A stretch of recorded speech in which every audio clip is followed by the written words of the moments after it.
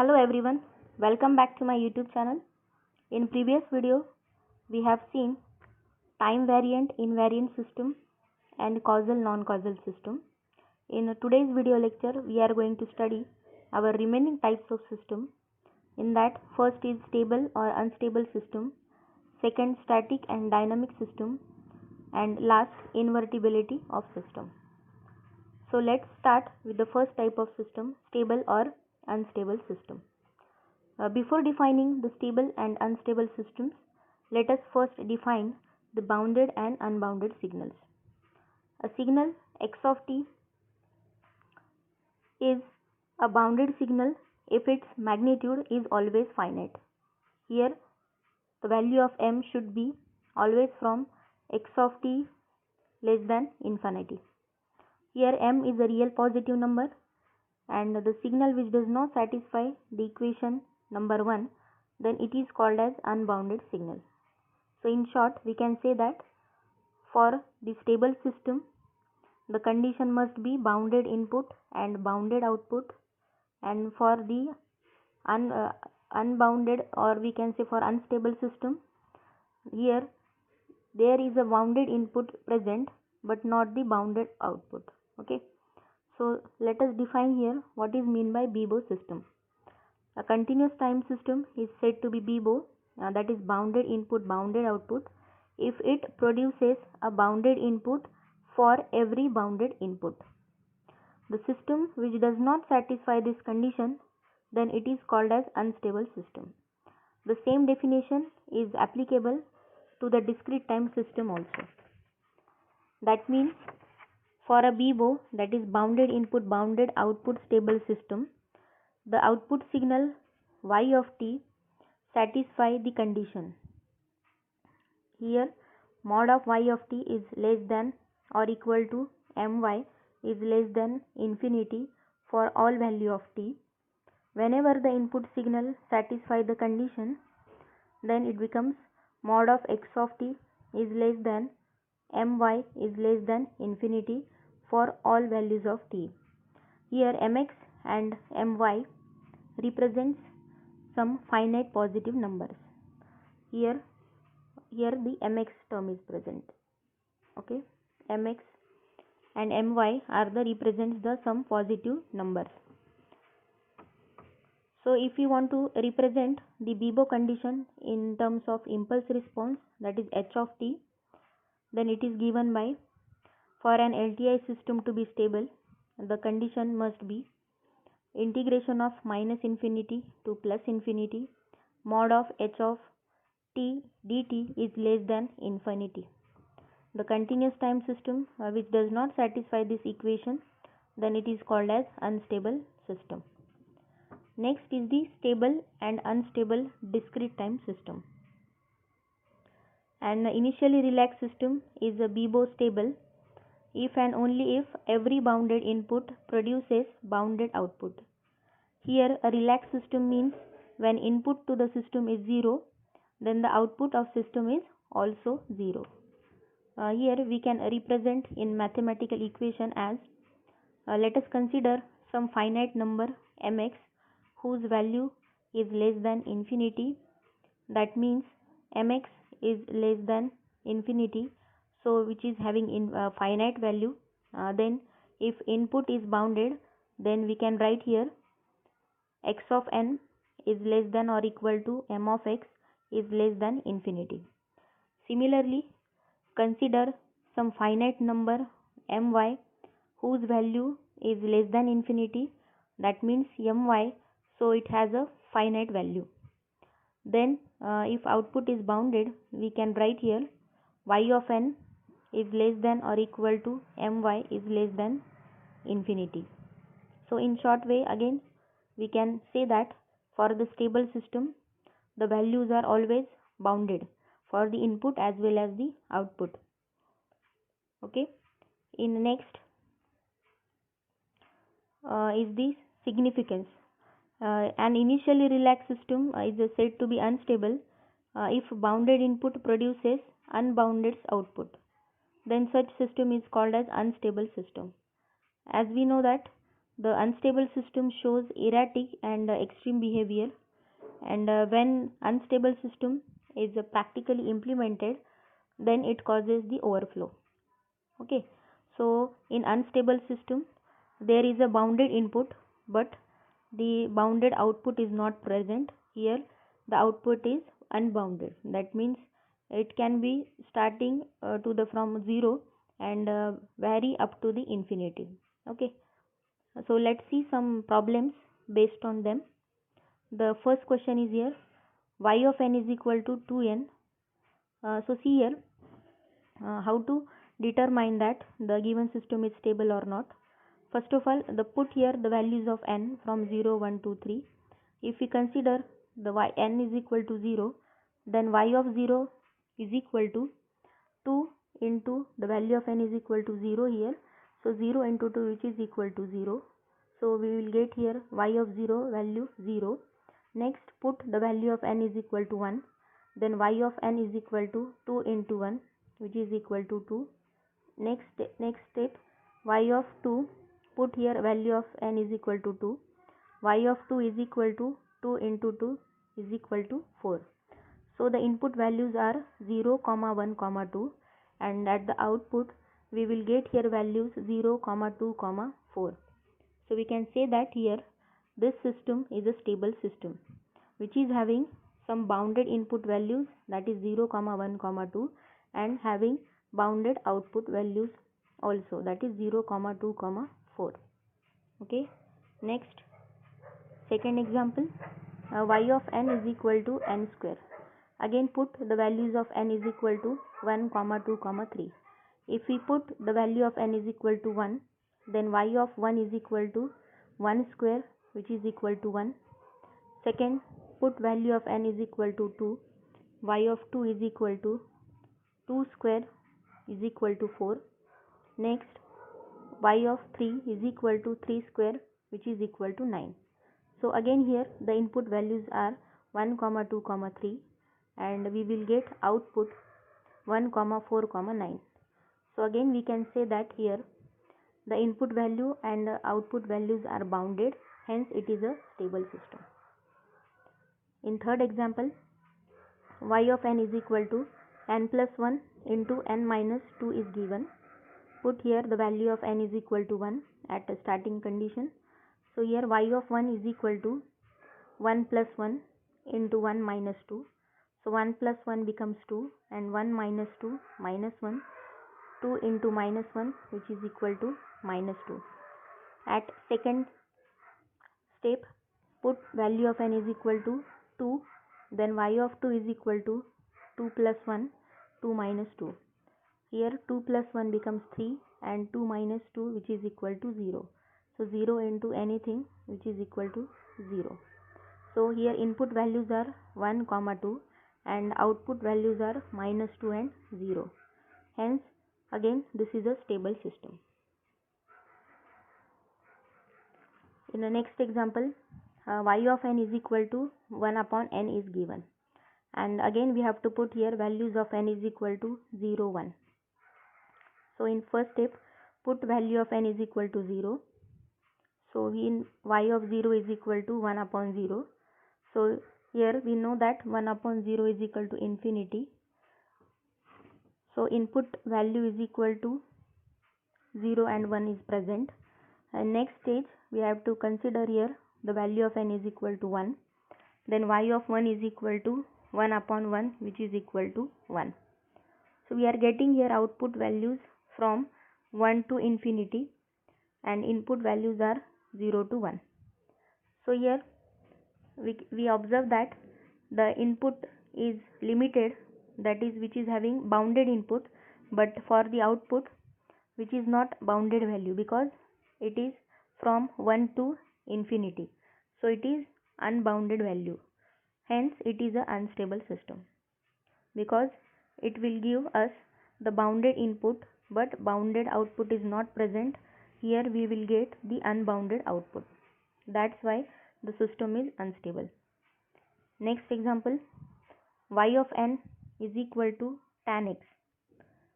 So as we know that the tan x is nothing but sin theta by cos theta. So again tan x is equal to sin x divided by cos x. If we put the value of x is equal to 90 degree, then tan 90 degree is equal to sin 90 divided by cos 90. As we know that here the value of sin 90 is 1 and the cos 90 is 0. So 1 upon 0 is equal to infinity. So again we are here again getting the unbounded value, that is infinity. So this y of n is equal to tan x is the unstable system. Okay. Next, y of t is equal to e raised to power xt. So we have to check the stability of a system by applying bounded input. That means the value of x of t should be finite, that is bounded, and here the value of e is 2.712. So for bounded input, the output y of t will be bounded, hence the system is stable system. Okay, here this is not unstable system, because here we know the value of e, and e raised to power x of t will give us the bounded value, hence it is a stable system. Okay, in the next example, y of n is equal to cos of x of n, or we can say here sin of x of n. Okay, so for every bounded value of x of n, its cosine value is always bounded, that is it will always considered as a finite, which will from -1 to +1. So this given system is the stable system. Okay, so I think this type of system, that is causal stable and unstable system, is clear to you. We will again move towards the next type of system, is a static or dynamic system. Let's see first the static or dynamic continuous time system. Okay, so a continuous time system is said to be static or memoryless if its output is depend upon the present input value only. For example, voltage drop across a resistor, we know that V is equal to IR by Ohm's law. So V of t is equal to I of t into R. Here the voltage drop depends on the value of the current at that instant, so it is a static system. On the other hand, a continuous time system is said to be dynamic if its output is depends on present as well as past value. In a static system, the output is depend on only present value, but for dynamic system, the output is depends on present as well as past value. Let us take one example. A current flowing through inductor, that is I of t, is related to applied voltage V of t as I of t is equal to 1 by L integration of -infinity to t V of t V of tau into d tau. Here the limits of integrations are from -infinity to t. Thus the current at a time t depends on the past values of voltage also. Okay, so here in that system, here we have to consider the past samples also. So it is the dynamic system. Okay, in the next study the static or discrete time system in discrete form. It is a discrete time system in which output at any instant of time depends on an input sample at the same time. So if we take some examples here, here y of n is equal to 5 into x of n, and 5 is the constant value which multiplies into the input x of n, but output at the nth instant, that means y of n is depends on this y of n is depends on input at the same nth instant of time x of n. So that's why this is a static system. In a second example, y of n is equal to x square of n plus 5 into x of n plus 10. Here also that y of n, that is nth instant of y of n, depends on the input at nth instant. So this is again static system. Okay, so here we can observe the input output relations of a static system. Here output does not depend on delayed or the advance value. Delayed means x of n minus k, or the advance means x of n plus k. Input signals, it will depends only on present, that is nth input signal. If output is depends on a delayed input signal, then such signal should be stored in memory to calculate the nth instant value. Okay, so this is not required in a static system. Thus for a static system, memory is not required, so the static systems are memoryless system. Okay, why? Because here the delayed and advanced signals, the output is not present on advanced and delayed signals, hence there is no requirement of a memory, so they are memoryless system. Next is the dynamic discrete time system. It is a system in which output at any instant of time depends on input sample at the same time as well as other times. Here other times means other than the present time instant. It may be past time value or the future time. Okay, so note that if x of n represent input signal at a present instant, then this x of n minus k, that means the delayed input signal, which is called as past signal value, and x of n plus 1, that means advanced input signal, is called as future value. Here output at nth instant depends on input at nth instant. Here that is x of n as well as n minus of 1. Okay, so this x of n minus 1 is a previous or the past value sample. So the system is dynamic system because it is dependent on x of n present value and x of n minus 1 past value. Okay, second, y of n is equal to 3 into x of n plus 2 plus x of n. Here again x of n plus 2 indicates advanced version of that input signal x of n, that means it is a future sample value, so this is again the dynamic system. Observe here input output relations of a dynamic system, that output is depends on a past or a future input sample, so we need a memory to store such samples, hence the dynamic system has a memory. Okay, while the static dynamic system don't have a memory, they are memoryless system. Okay, so I think it is clear to you. Okay, for more clarification we are going to solve some examples based on it. The first example is y of n is equal to n into x of n plus b into x square of n.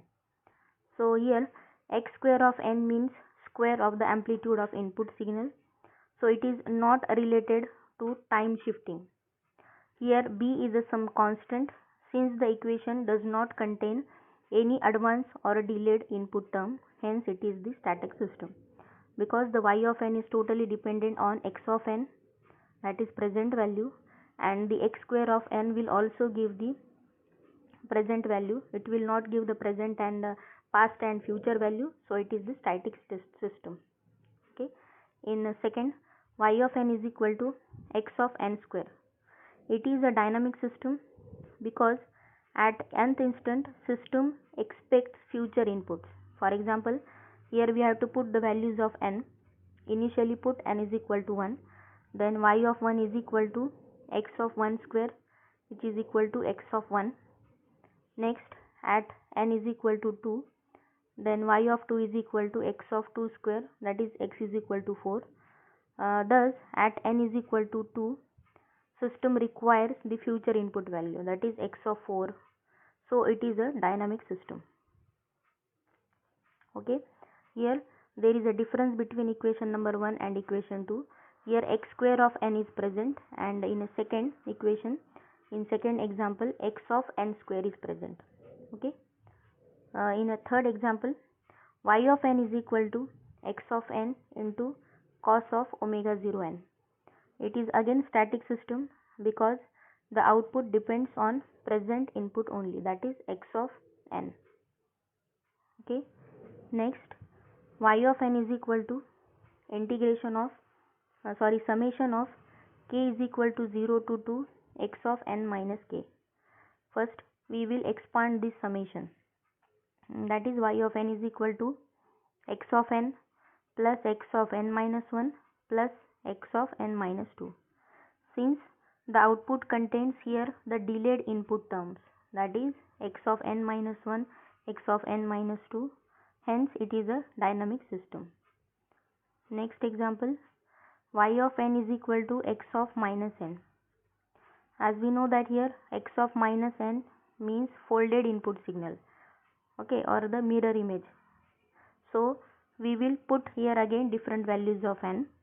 Initially put value of n is equal to 0. So y of 0 is equal to x of 0. Next put value of n is equal to 2. Then y of 1 is equal to x of minus 1. Then after that n is equal to 2. Then y of 2 becomes x of minus 2. Here again x of minus 1, x of minus 2, x of minus 3, etc. again indicates past input samples. Hence this system is called as dynamic system. Next is the invertibility system. A system is said to be invertible if the input of the system can be recovered from the system output. Here a set of operations will be needed to recover the input from output, which may be viewed as a second system connected in cascade with the given system, in such a way that here we have to connect the system that output signal of the second system is equal to the input signal of the given system. Here the given system is present and second system is present. X of t is applied to the given system and output that is y of t, which will given to the second system, and here we are again recovering the original signal, that is x of t, which is nothing but our input signal. Okay, so in order to represent the invertibility, mathematically assume that operator h represents a continuous time given system with input signal x of t, which producing the output signal y of t. So let y of t be applied to a second continuous time system here, and which is represented by the operator h inverse as shown in this figure. This is the h given system, and the second system is denoted by here h inverse. Then the output signal of the second system is given by output of second system is equal to h inverse of y of t is equal to h inverse of h of x of t. Okay, so here it will become h inverse of h into x of t. If we want the output of second system, this second system is equal to the original input signal, that is x of t, then it is necessary that the value of this h inverse is equal to I, and where this I denotes the identity matrix or the identity operator. Okay, so the operator h inverse, this h inverse is called as the inverse operator, and the second system is called as the inverse system. Okay, so however it is important to understand that h inverse is not the reciprocal of h, it is inverse of h. Okay, so there has to be a one-to-one mapping between the input and the output signal for a system to be invertible. That means an invertible system produces distinct outputs for distinct inputs values. All the discussion done for the continuous time invertible system is applicable to the same discrete time systems also, and the property of invertibility is very important in designing the communication system. When a signal travels over a communication channel, it gets distorted due to physical characteristics of the channel. So an equalizer can be used to compensate for this distortion and get back the original signal. So the equalizer is included on the receiver side.